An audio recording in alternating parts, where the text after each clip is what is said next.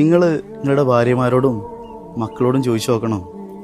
നിസ്കരിക്കുന്ന സമയത്ത് ഫാത്തിഹ ഓതുമ്പോൾ ഗൈരിൽ മഗ്ദൂബി അലൈഹിം വലദ്ദാല്ലീൻ എന്ന് പറയുന്ന സമയത്ത് നിങ്ങളുടെ നാവ് എവിടെയാണ് തട്ടുന്നത് എന്ന് ഭാര്യമാരോട് ചോദിച്ചു നോക്കണം. അപ്പോൾ അവർ പറയും, എൻ്റെ നാവിൻ്റെ തല ഈ മേലെ മുൻപല്ലിൻ്റെ ഭാഗത്താണ് തട്ടുന്നത്. അങ്ങനെയായിരിക്കും അവർ മറുപടി പറയുക. അങ്ങനെയാണ് അവർ ഫാത്തിഹ ഓതുന്നത് എങ്കിൽ അവരുടെ ഫാത്തിഹ ശരിയാവുകയില്ല. ഫാത്തിഹ ശരിയായിട്ടില്ലെങ്കിൽ നിസ്കാരവും ശരിയാവില്ല. അതുകൊണ്ട് ആ തെറ്റ് നമ്മൾ ഓരോരുത്തരും തിരുത്തണ്ടേ. നിങ്ങൾ ഓരോരുത്തരും ഈ വീഡിയോ മറ്റുള്ളവരിലേക്ക് അയച്ചു കൊടുക്കണം. ആ തെറ്റ് ഞാൻ പറഞ്ഞുതരാം. നമ്മൾ ഗൈരിൽ മഗ്ദൂബി അലൈഹിം എന്ന് ഓതുന്ന സമയത്ത് ആ ലോത് നമ്മുടെ നാവിൻ്റെ, ഇതിപ്പോൾ നാവാണ് എങ്കിൽ നാവിൻ്റെ ഈ ചെറുഭാഗം നമ്മുടെ മേലെ അണപ്പല്ലിൻ്റെ സൈഡിലേക്ക് വെക്കണം.